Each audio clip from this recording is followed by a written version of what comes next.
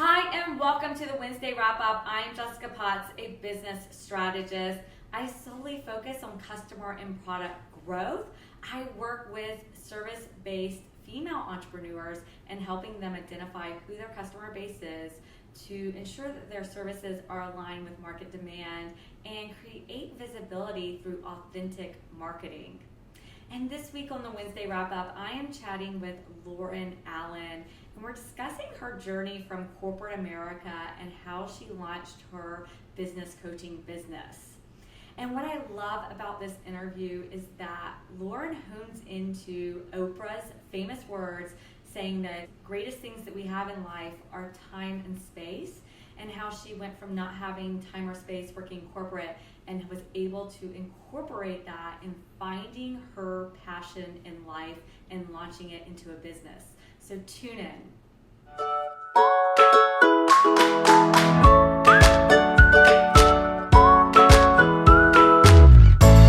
Hi, and welcome back to the Wednesday Wrap Up. Before we launch in with our chat with Lauren Allen today, if you haven't yet, please press the subscribe. And if you want to be alerted on our weekly videos, go ahead and press the bell beside the subscribe, and that way you get the alert. Without further ado, let's launch into our conversation with Lauren. And I have Lauren Allen on today. She is the founder of Right Hand Business Coach and host of the Corporate School Dropout podcast. She has over 15 years as a project manager professional, and she was able to pivot her skills to support new small business owners launch their business dreams. Lauren has aligned her passion for helping others with a multitude of resources to inspire, motivate, and empower women to make changes to serve their best life. Thank you so much for Lauren for being on the show today. I'm excited to talk to you about your journey from going from corporate America to owning a successful business.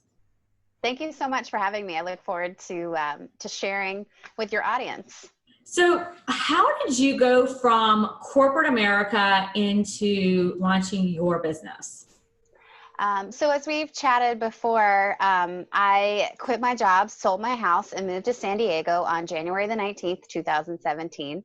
And I really took the time off. Like I said, I had sold my house, so I had a bit of a nest egg and decided that I wanted to really take the time to make sure that whatever was next was best aligned with my passion and that served me in a more holistic manner than going to a job from 9 to 5. So honestly, it comes from, as I've talked about all the time, Oprah opens up every one of her Super Soul Sunday conversations with the greatest gift that you can give yourself is time and space.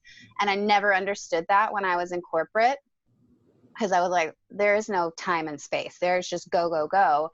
And so when I left it all behind for a couple of months, I took advantage of that time and space, and I found what was my next trajectory. So.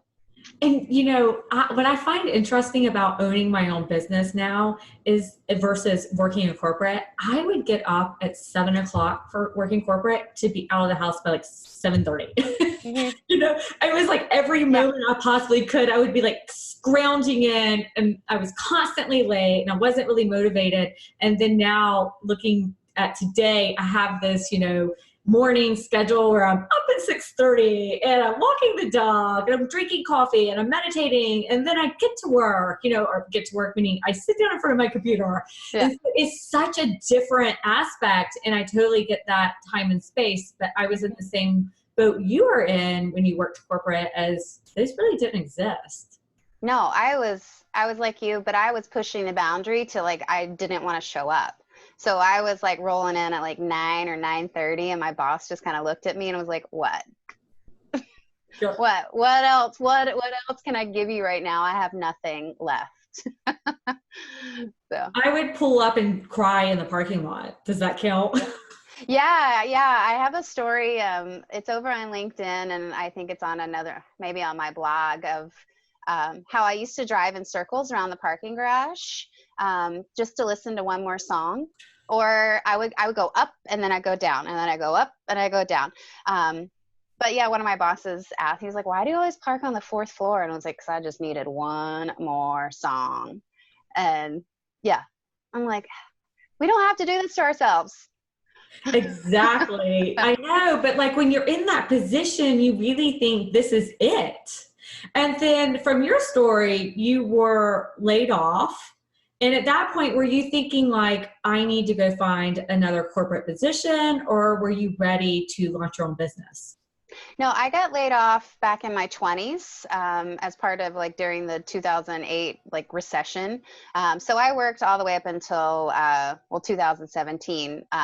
I chose to leave, and no, I actually didn't know I was going to start a business. Like I really just thought I was going to move to San Diego and find a new job here. I knew I had marketable skills and I could find a job anywhere. But it wasn't until I started interviewing that I realized that I was going up and down those parking garages again, and I'm like,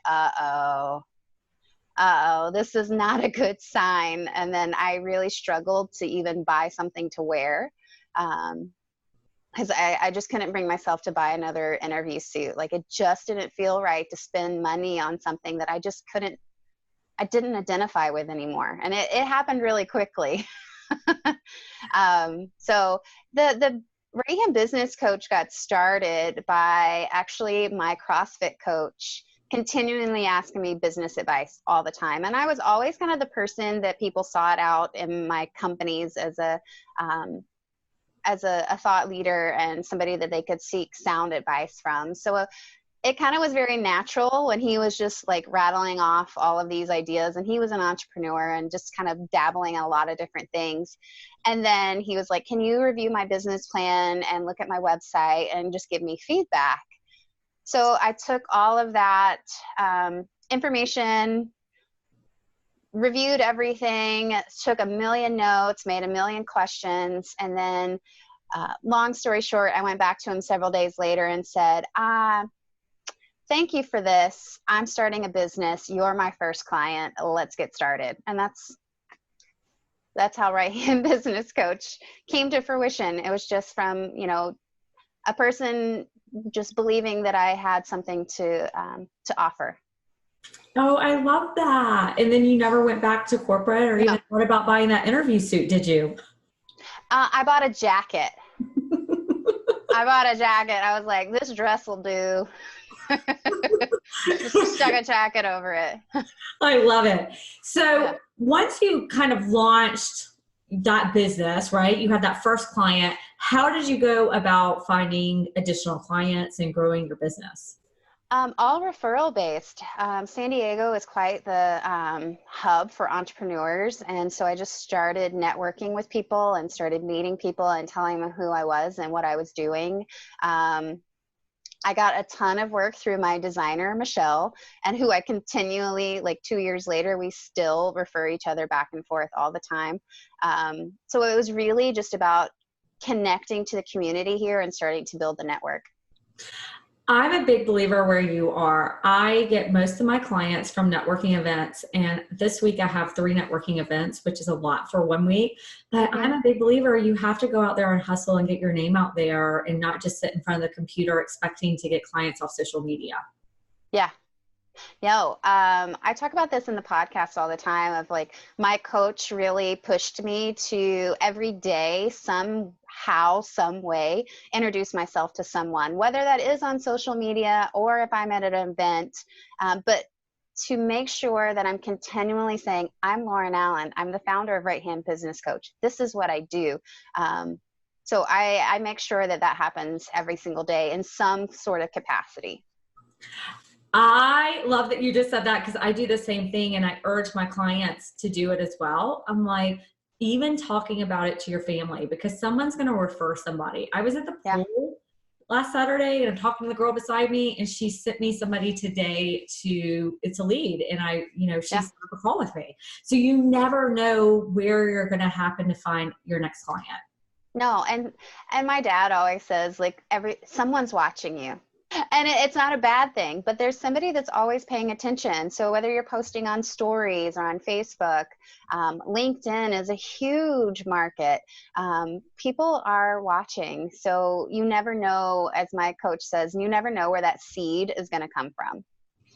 Absolutely. And showing up as your authentic self and Yeah. offering someone a way to work with you. We don't even have to call it sales or selling Right. someone.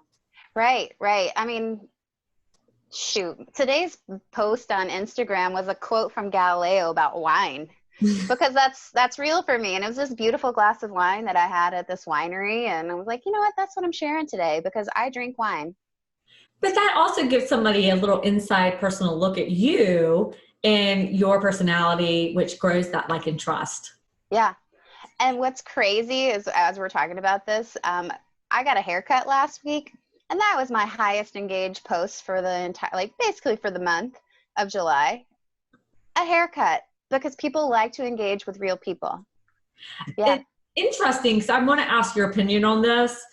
When I left corporate America, I really did not talk about my personal life in the business sense. I separated my personal life so much that it was such a hard transition for me to share my personal life with people on Facebook and Instagram and being what they call social. It was challenging because, one, I'm an introvert, but also I just felt this prying kind of way in my life, but also being just taught from, whenever I went into working, which is like around 21, 22, that we just really don't talk about our social life. Right. Within our. Yeah. Oh yeah, you keep those separate. And I've been talking recently about that, of like, I had a totally different voice. I had my Lauren at work voice, and then I had my Lauren outside of work voice. And I went to a TED Talks years ago, and the lady was talking about emotional intimacy in the workplace. And I was like, what are you talking about? And so I listened to it, and one of her things was like, we spend so many hours of ourselves and our day within our workplace. Why only share one part of you? And so I was like, you know what? I'm going to start dabbling this. So I started practicing again, starting to share that vulnerability and starting to share things with my team, which then in turn other team members started to share. And then we built this incredibly dynamic, trusting team who was doing, or as they could say, like high performing team, just by me starting to share parts of my personal life with them. And we've been working together for 4 or 5 years. Like, why would I not share this with them? So it was still very hard from the entrepreneurial world, because I still was pretty private. But I would say over the last 9 months, I was like, you know what? We're all nosy. We want to know that I accidentally went to the store hangry at Trader Joe's and bought an extra bag of Cheetos where I shoved down my face on the way home. And I like posted about it.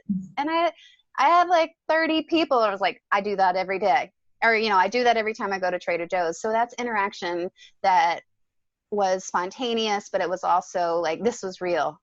This is my real life. So it was getting used to sharing that kind of stuff, because you think that nobody cares, but they're watching. They're like, what does Lauren do all day? So You're just Trader Joeing it, and I'm just wine. Yeah, I would go to Trader Joe's and drink wine. No, but I actually go grocery shopping on Mondays because I can't stand the crowds on Saturday and Sundays, and I get to choose that. Mondays are my grocery shopping days too. And this month I'm not allowing myself into Trader Joe's because I leave with all kinds of like treats and snacks, and I'm trying to do this like fast. So I'm like, I could just get my vegetables from the regular grocery store. Yeah. So I cut myself off, but I think Trader Joe's is actually my favorite place, and drinking wine is probably, no, that's definitely number one, but Trader Joe's is a good second. Yeah, that one's next. Yeah. So absolutely. Can you give our viewers any tips when it comes to really, going from corporate America and launching their own business? I think that from leaving the corporate world, we try to fit our business into that old corporate mold. And we try to still work 9 to 5 or 8 to 5. And we try to like force ourselves to sit there even if we're not feeling motivated. And it takes time to learn that we don't have to work those same hours. We don't have to do the things that we used to do, but we have skill sets that translate. And so tapping into the things that are actually beneficial and can translate can move you light years ahead versus trying to fight them and learn a different way to do things. So it's like that, like the balance of fitting the corporate mold and to letting go, but still using the things that serve us. It's really crazy, but your whole life changes and everything around you changes. And being willing to accept it and to move through those changes is probably the quickest step to you starting to feel more successful. The longer you resist those changes, the harder it's going to be. And not every day is rainbows and butterflies, but every day that you get to wake up and do something that supports you and your family or who all exist in your world is probably the most fulfilling day that you will ever have. And I wake up every morning and just say thank you to whoever's listening, because we get to inspire and motivate more people, and we get to share ourselves and share our journeys and our stories, and everyone brings such a unique value that who cares if you develop another business coaching business? Like, you still have something to give. And I would say just do it. Stop waiting, because the longer you wait, the more miserable you're going to be, and the more you'll start resenting that corporate job and won't leave on good terms, and you won't build those steps to success as easily if you just slide down into that good mindset and that positive atmosphere. So I struggle with this even today. In my mind, I think 9 to 5, and I still work within those hours. It's crazy. But it's interesting because today I was like, I had some free time. So I was like reading a book, right? And I was doing some other things, and I felt guilty about it. Or I feel a little guilty going to Trader Joe's at 10 a.m. on a Monday. Even to this day, those are things that I'm still working through, because if I'm doing networking events, like, I'm getting in enough people to constantly feed my clients. And so if I'm doing the things that I need to be doing to grow my business, it's okay for me to, one, outsource those objects to have more free time and not feel guilty about it, which I do. And so I'm still a work in progress in that. And I think that that's a very interesting point that you just brought up. Yeah. Somebody asked me recently, like, do you feel creative all the time? I'm like, nope. When I start scrolling through YouTube or Facebook and while I'm sitting at my desk, I was like, get up, take a break, get up. Like, the flow is not there, and it is okay. So yeah, then I go to the grocery store or clean the house or go do something else. And then when that flow hits me again and I feel inspired, I'll sit back down on my computer and I'll work till 9 o'clock at night. But I get to choose that. And I don't choose it every night, but I definitely, like I said, when the flow is there, I don't turn it off. Like, you just have to keep it. You have to let it open. Like, you just got to let it open and let it move through its process. And when I feel done, I'm done. And I want to get your opinion on this. I talk to a lot of women who are hesitant about leaving their 6-figure job because they want to make just as much money. And I can attest that I made less money when I first launched my business, but quickly I was able to ramp up and actually make more. That I wouldn't have been able to do that if I was still working my corporate job and using this as a side hustle. So do you have any advice for women that just feel that fear of leaving a job where they're making, X amount of dollars and making less? There's a quality of life. So you really have to evaluate, is the money giving you the quality of life, or your happiness and all the other things that go along with quality of life? So I really felt like I had to do a balance of, like, yeah, I didn't make 6 figures in the first year. You have the earning potential to make as much money as you want. So the faster you actually do something, the faster you start replacing that 6 figures plus. So the longer you sit in fear and scared that you can't replace, you're not going to do anything. You're just going to sit in that fear, and it'll be that cyclical, like, I'm ready to do it, I'm ready to do it, but I can't make 6 figures. Nope, you can't, because you still haven't done anything. So just do something. Right. It's just another excuse of Yeah. sabotaging yourself and not really Yeah. knowing your potential. And it's interesting because whenever I start talking to these women too, I always find out, I'm like, what are your core values? Because a lot of the times it's not money. No. But the core values aren't being answered in corporate America either. Right. Right. But that's an excuse that we can all hold on to.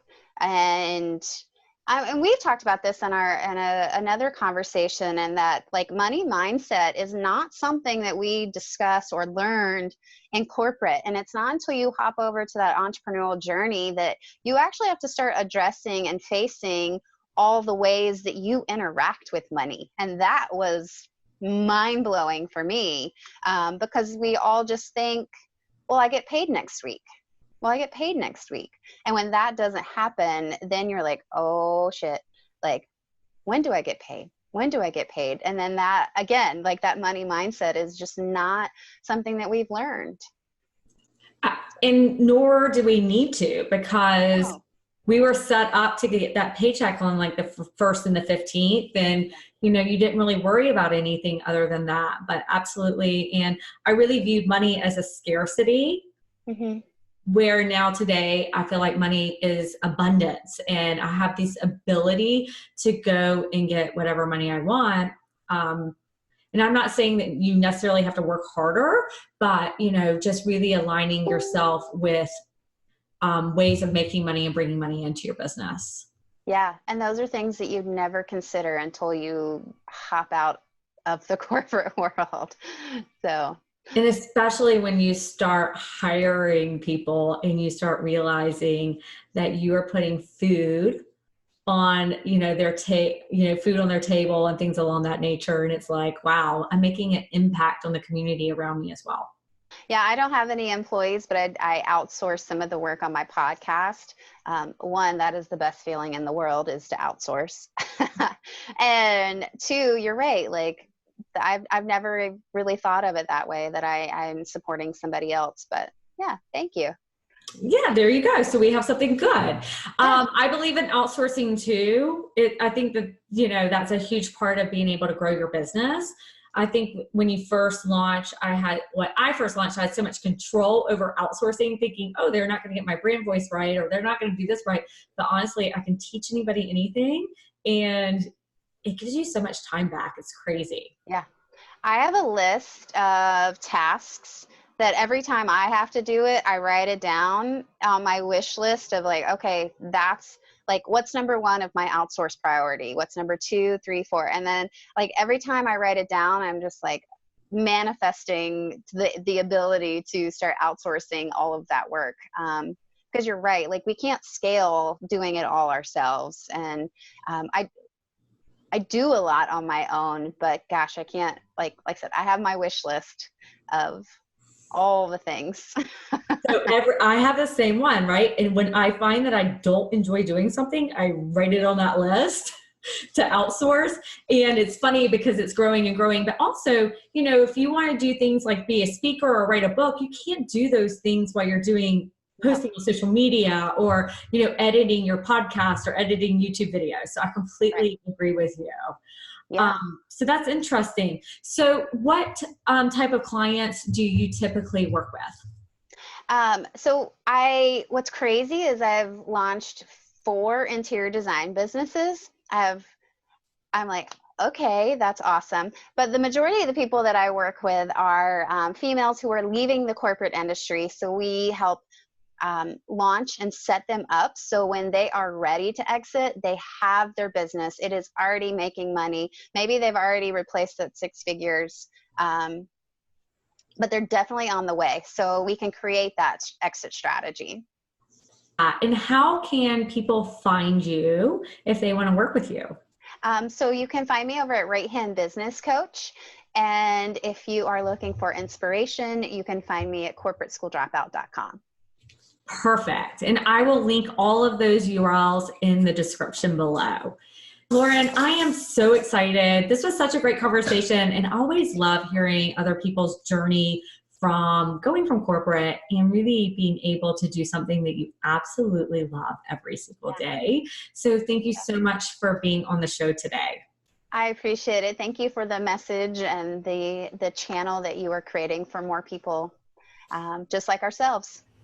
So that's it for this week's Wednesday wrap up. If you haven't yet, please subscribe to our channel. And if you want to be alerted, make sure to press the bell beside it. I will see you guys next Wednesday.